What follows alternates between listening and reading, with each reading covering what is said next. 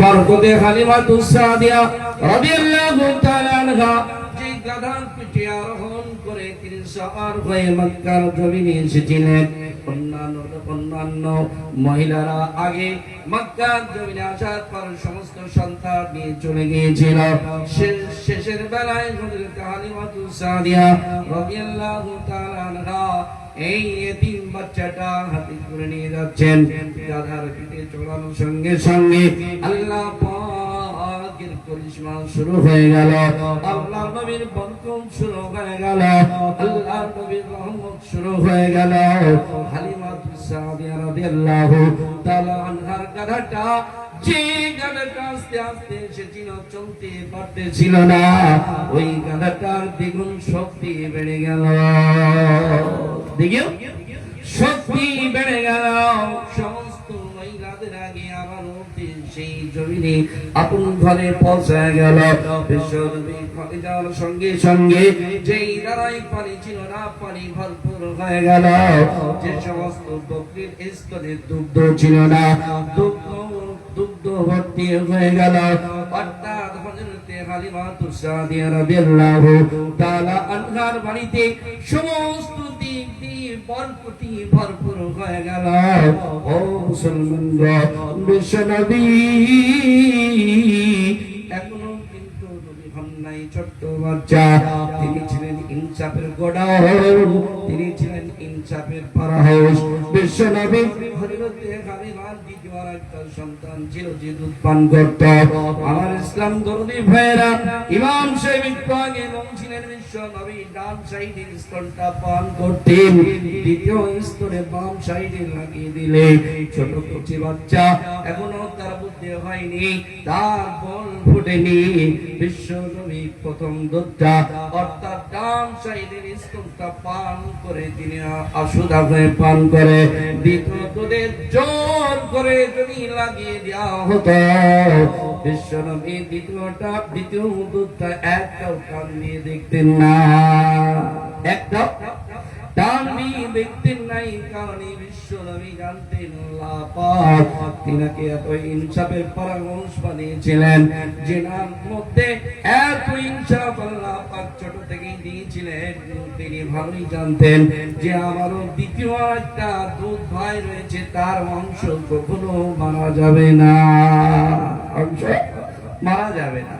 কিন্তু যে বিশ্বনবী জনাবে মুহাম্মদ রাসূলুল্লাহ সাল্লাল্লাহু আলাইহি সাল্লাম দুনিয়াতে মানুষের মঙ্গলের জন্য আসলেন, যিনি আমাদের উত্তরসূরি, সেই সিনার প্রধান, সেই তিনার পদাঙ্ক অনুসরণ করে আমরা চলি বা চলতে হবে বা আমরা চলবো এই মনস্থ করি।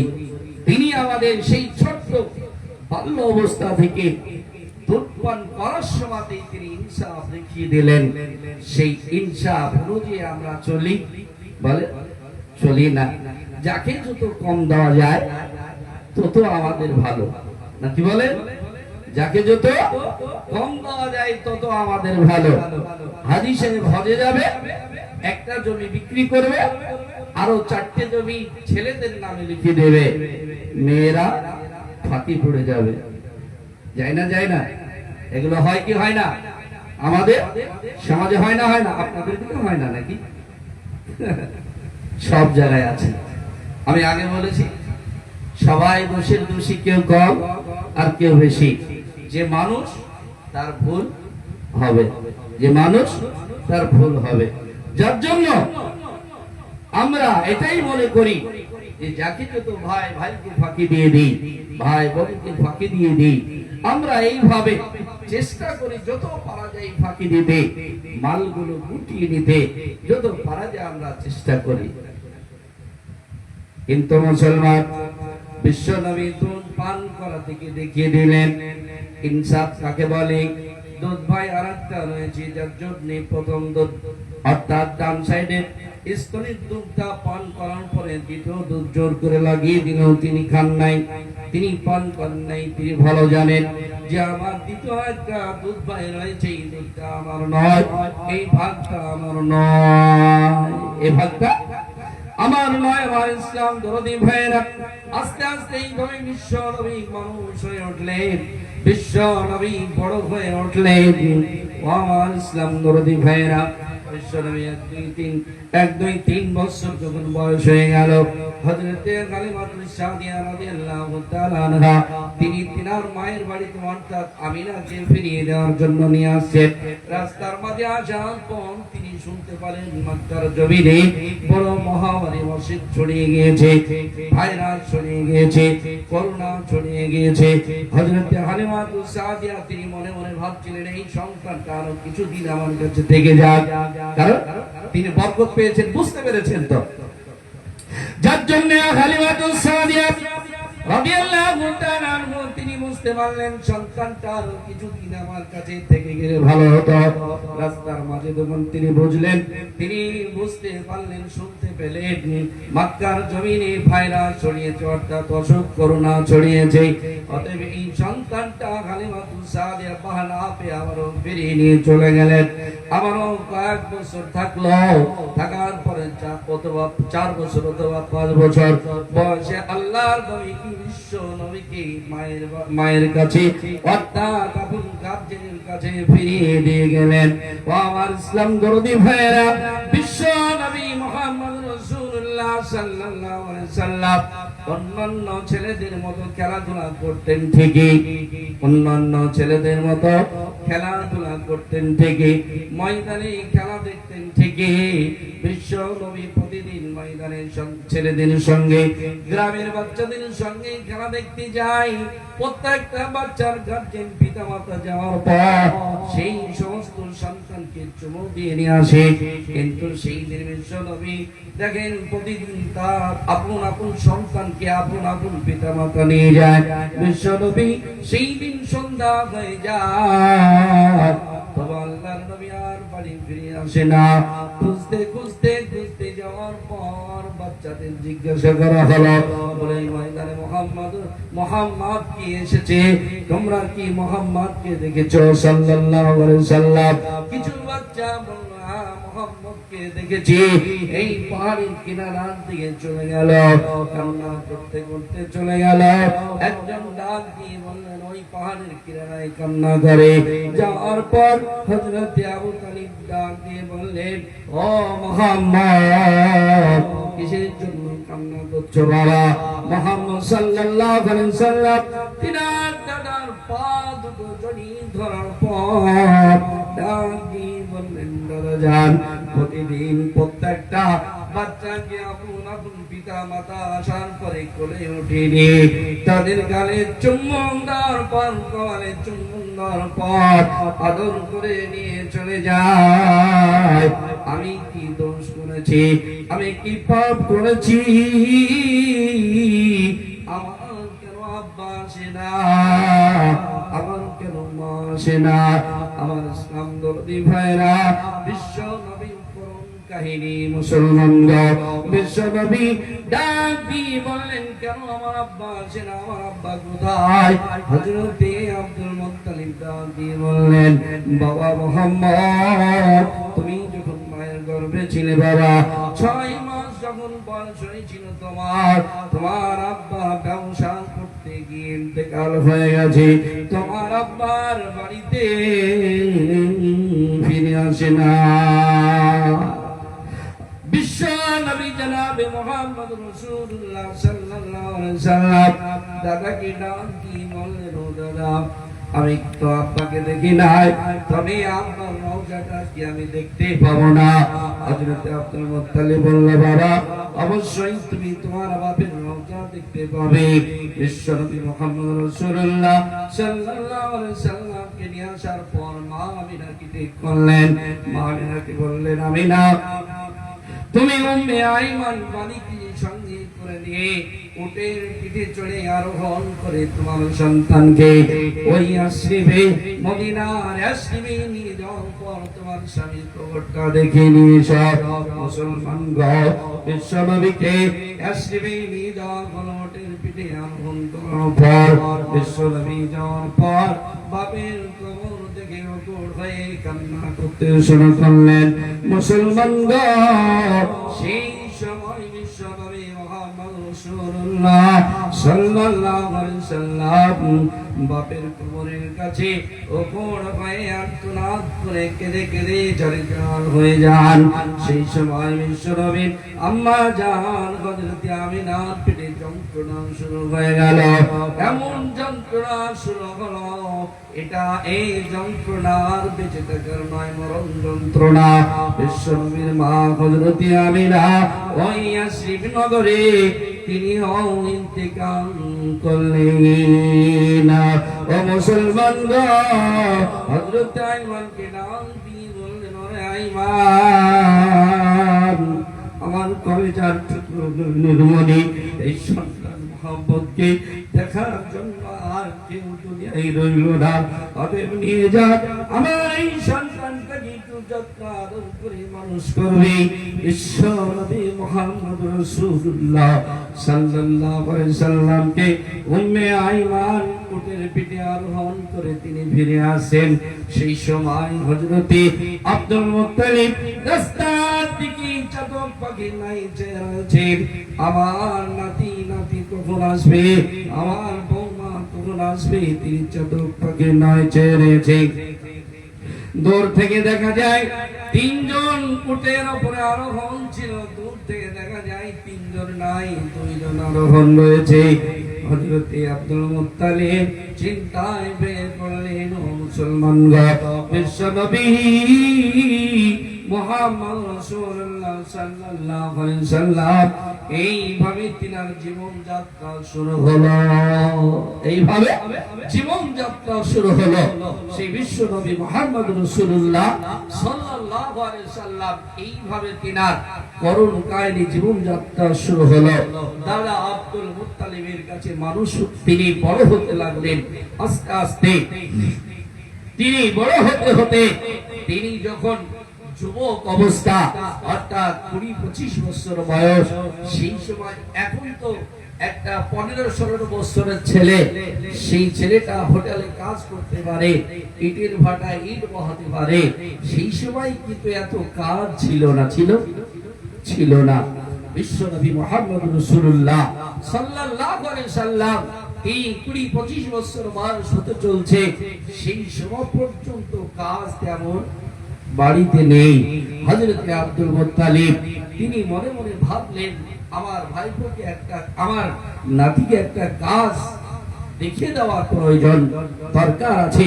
কারণ আমার এই নাতিটাকে যদি একটা জায়গায় লাগিয়ে দিতে পারি, আমাদের যাদের সন্তান ছেলে মেয়ে আছে, আমরা কি বলি যে আমার ছেলে মেয়েগুলো মানুষ হওয়ার পর তাদের বিয়ে শাদী দিয়ে যদি আমরা একটু আলাদা জায়গাতে তাদের দাঁড় করিয়ে দিতে পারি, তবে আমাদের সুখ, আমরা শান্তি পাবো, এটাই মনে করি না? কি বলেন? এটা করি না? এটা আমরা মনে করি যে আমাদের সন্তানদেরকে বিয়ে শাদী দেওয়ার পরে একটা জায়গায় ব্যবসা বাণিজ্যের জাতীয় একটা দাঁড় করে দিলে আমার মনটাই শান্তি পাবে, এটা আমরা মনে করি। ঠিক তেমনি হযরতে আব্দুল মুত্তালিব হযরত মুহাম্মদ রাসূলুল্লাহ সাল্লাল্লাহু আলাইহি সাল্লামকে নিয়ে খাদিজার বাড়িতে, সেই জামানায় খাদিজা সবচেয়ে ধনাঢ্য নারী ছিলেন। হযরতে খাদিজা রাদিয়াল্লাহু তাআলা আনহা, তিনি সবচেয়ে ধনাঢ্য নারী ছিলেন। সমস্ত আমাদের গ্রামে যারা আগেকার যারা বড় লোক ধনী মানুষ, আমরা যারা গরিব শ্রেণীর মানুষ, সেই সমস্ত মানুষগুলো তাদের বাড়িতে কাজকর্ম করতাম না? করেছি না করিনি? করেছি। সবারই বাড়িতে কাজ ছিল না। আমাদের প্যান্ডেলের সামনে যে টোটো স্ট্যান্ড রয়েছে, ওই টোটো স্ট্যান্ডে যারা বাইক রেখেছেন, কিছু কিছু বাইকের হ্যান্ডেল লক রয়েছে। দাদা ভাই, যারা বাইক রেখেছেন দয়া করে খুব দ্রুত আপনারা বাইকগুলো সরিয়ে দিন। টোটো স্ট্যান্ডে যারা বাইক রেখেছেন দয়া করে খুব দ্রুত আপনারা বাইকগুলো সরিয়ে নিন, মানুষ দাঁড়ানোর জায়গা পাচ্ছে না। আমাদের প্যান্ডেলের সামিয়ানার ভেতরে অনেক চেয়ার এখনো ফাঁকা রয়েছে, যারা পেছনে দাঁড়িয়ে রয়েছে আপনারা ভেতরে প্রবেশ করুন, অনেকগুলো জায়গা এখনো ফাঁকা রয়েছে। আর যারা বাইক রেখেছেন টোটো স্ট্যান্ডে খুব দ্রুত আপনারা বাইকগুলো সরিয়ে নিন। তো বিশ্বনবী মুহাম্মদ রাসূলুল্লাহ সাল্লাল্লাহু আলাইহি সাল্লামকে আব্দুল মুত্তালিব হাত ধরে নিয়ে খাদিজা রাদিয়াল্লাহু তাআলা আনহার বাড়িতে নিয়ে গিয়ে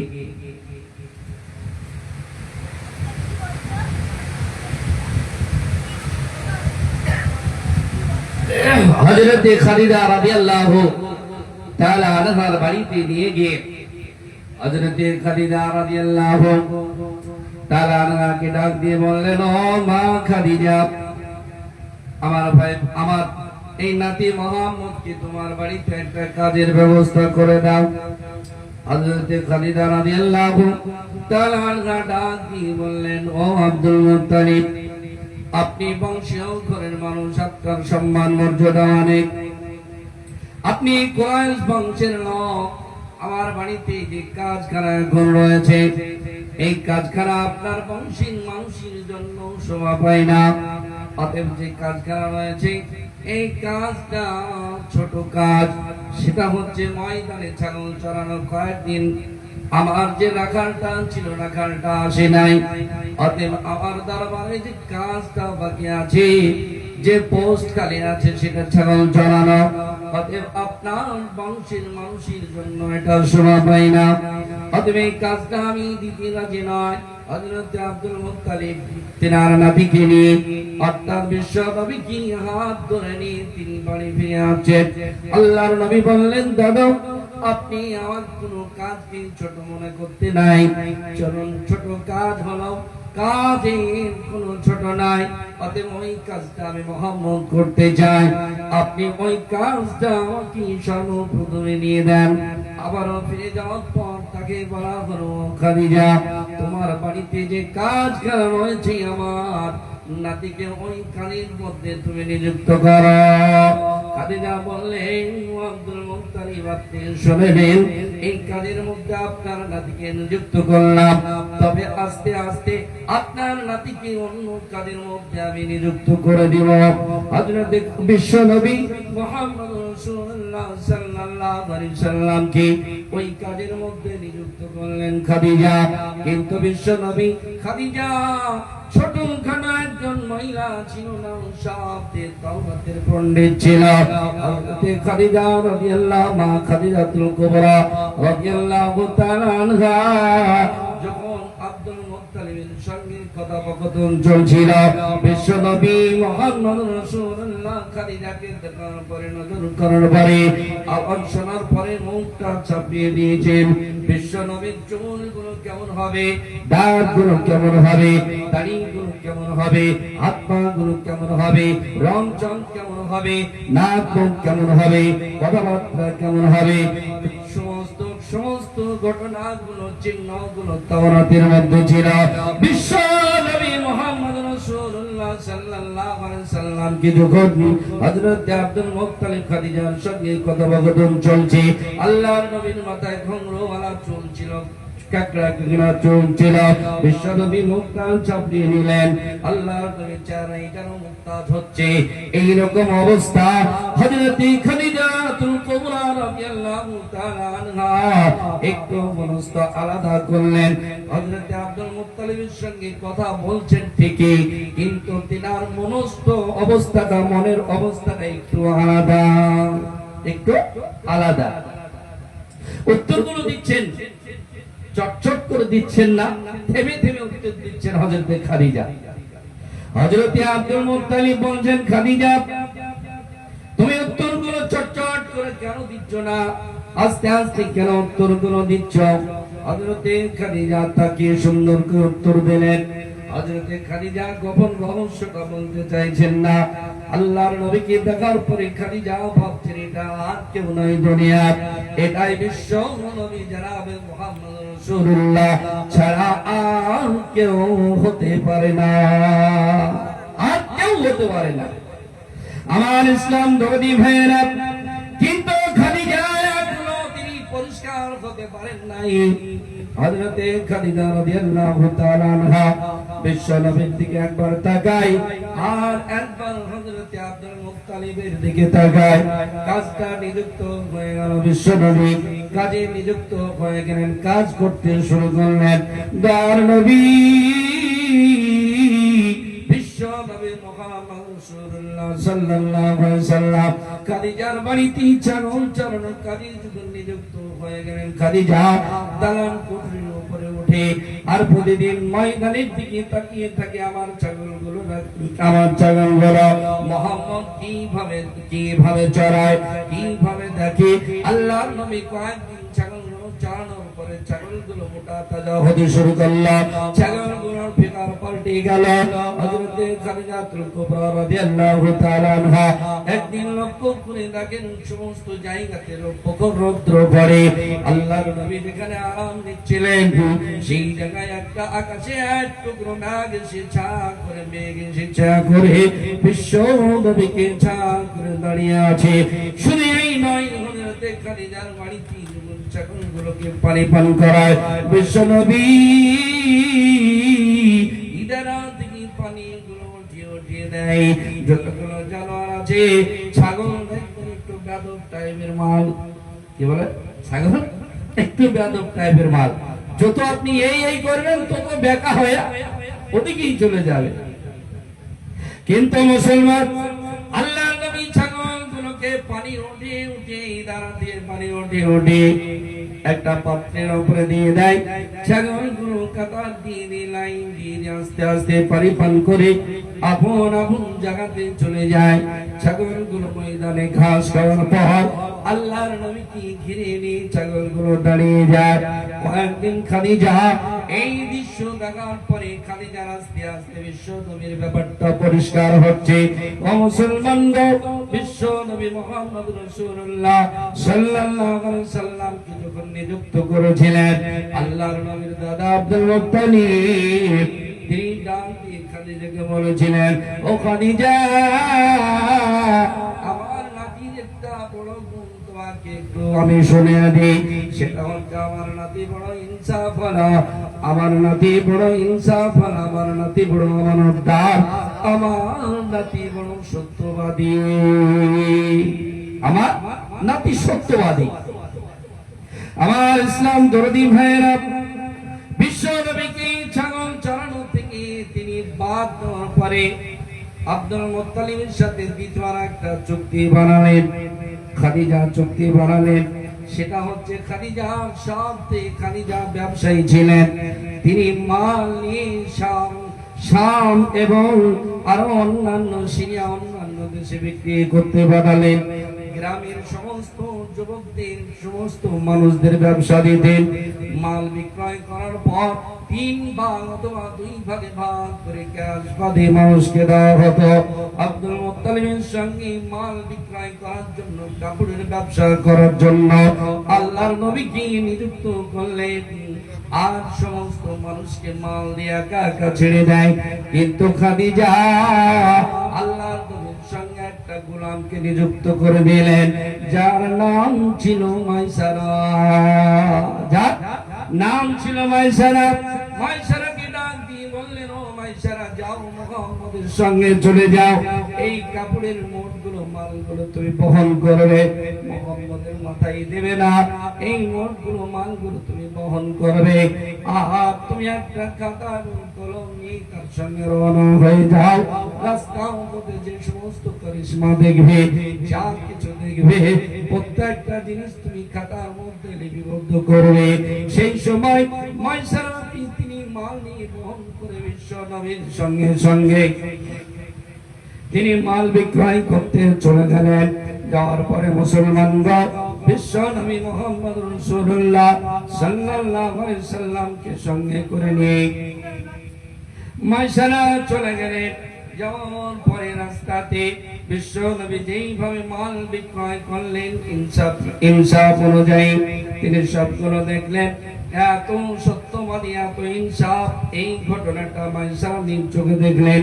শুধু তাই নয়, বিশ্ব নবী মাল নিয়ে যাওয়ার সময় দেখলেন মাইসারা প্রত্যেকটা জায়গাতে পোকর রৌদ্র পড়ে, কিন্তু এক টুকরো মেঘ যেন মাইসারা এবং মুহাম্মদ রাসূলুল্লাহ সাল্লাল্লাহু আলাইহি সাল্লামকে ছায়া করে নিয়ে চলে যায়।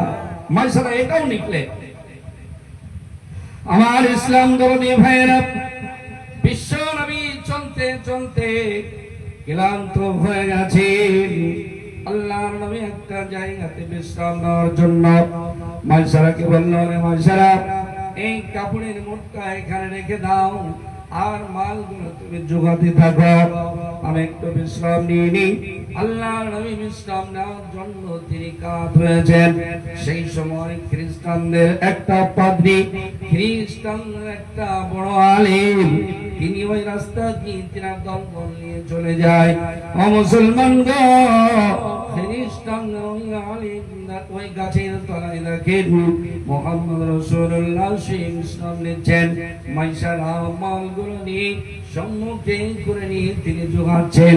সে আলেম ডাক দিয়ে বললেন, বাবা তোমার নাম কি বলো?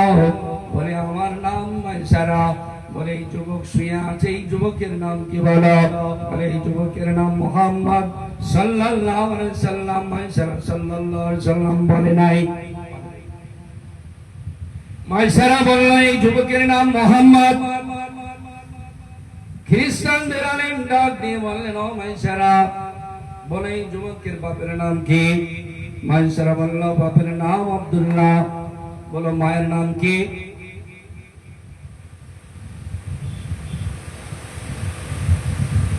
বলে, মায়ের নাম আমিনা। খ্রিস্টানদের আলেম বলল, মাইসারা নে, তুমি আর এখানে থেকো না, মোহাম্মদকে এই যুবককে উঠিয়ে নিয়ে আপন দেশে ফিরে চলে যাও। বলে, কেন?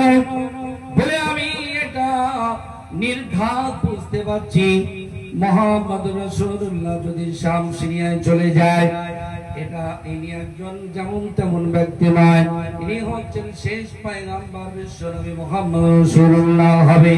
আর ইনার জীবন দশায় যখন ইনি নবুয়ত প্রাপ্ত হবেন, আমি যদি থাকতাম সর্বপ্রথম ইনার হাতে হাত দিয়ে কালমা পড়ে মুসলমান হয়ে যেতাম। অতএব মাইসারা রে, যাও এই যুবককে তুলে নিয়ে চলে যাও, কারণ আমি যেমন মুহাম্মদ রাসূলুল্লাহ সাল্লাল্লাহু আলাইহি সাল্লামকে চিনতে পেরেছি, ঠিক তেমনি শাম সিরিয়ার মানুষ চিনে নেবে। আর চিনে নেওয়ার পরে বিশ্ব নবী মুহাম্মদ রাসূলুল্লাহকে আক্রমণ করবে। মাইসারা এটাও লিখে নিল। মুসলমানগণ, মাইসারা বিশ্ব নবীকে নিয়ে মক্কায় ফিরে আসলেন, কিন্তু ব্যবসা জাহবার হয়ে গেছে। ব্যবসাতে দ্বিগুণ লাভ করেছেন দয়ার নবী। যতগুলো ব্যবসায়ী গিয়েছিল, সমস্ত ব্যবসায়ীদের থেকে বিশ্ব নবী দ্বিগুণ লাভ করেছেন। খাদিজা লাভ দেখে আনন্দিত। আল্লাহর নবী মুহাম্মদ রাসূলুল্লাহ সাল্লাল্লাহু আলাইহি ওয়াসাল্লাম লাভ ভাগ করে হযরতে খাদিজা মুহাম্মদ রাসূলুল্লাহ বিশ্ব নবীকে দিলেন।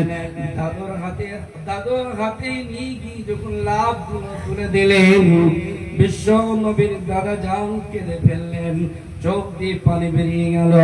আহারে, আমার নাতি রোজগার করতে শিখেছে, ইনকাম করতে শিখেছে, আর দেরি নয়, আর বিলম্ব নয়, একটা বিবাহের দরকার, একটা বিবাহের দরকার।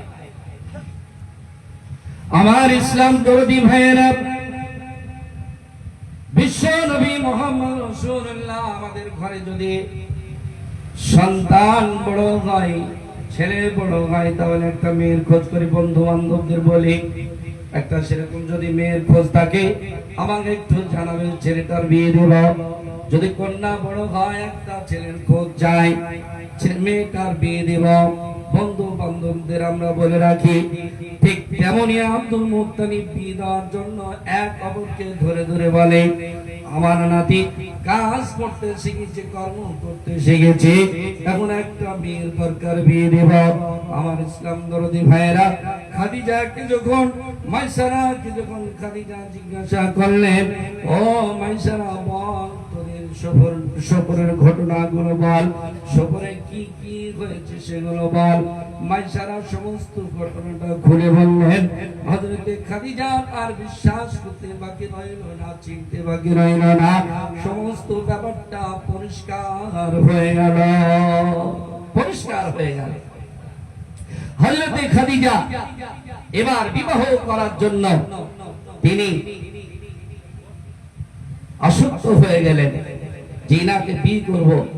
তবে খালিদাও ভাবছে, আহারে, আমার আরো দুটো পূর্বে বিয়ে হয়েছিল, আমি একটা বুড়ি মেয়ে 40 বছর বয়স, আর তিনি তরুণ যুবক 25 বছর বয়স।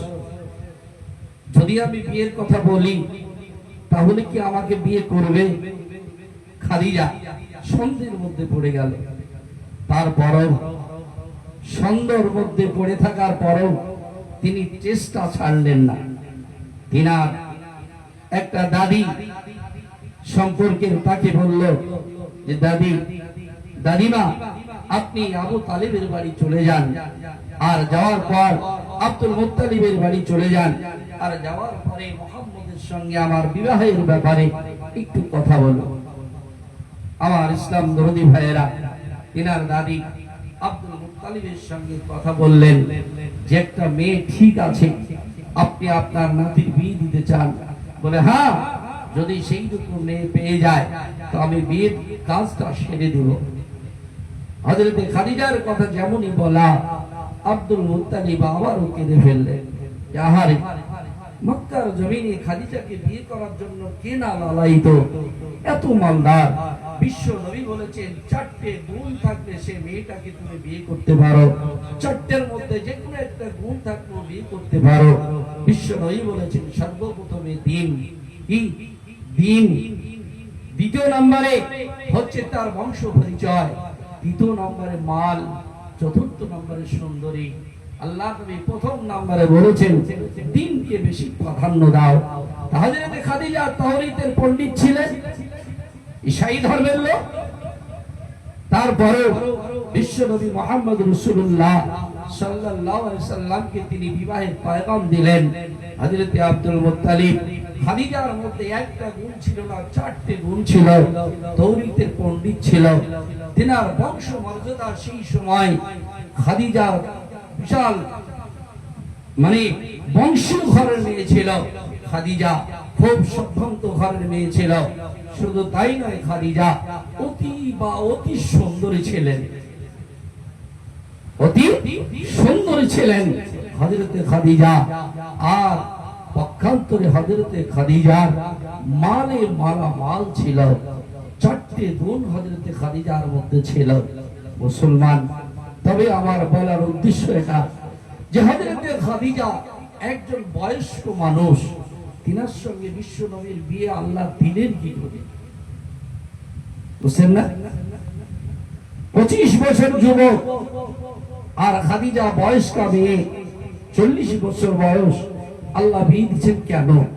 এর মধ্যে কি কারিশমা লুকিয়ে আছে, কি গোপন তথ্য লুকিয়ে আছে? এই কি গাড়ি বলে? অ্যাপাচি গাড়ি বলে না? অ্যাপাচি গাড়ি, তারপরে আরেকটা কি আক্টিয়ার গাড়ি বলে না? এই গাড়িগুলো গিয়ার দিলেই ছুটে নাকি?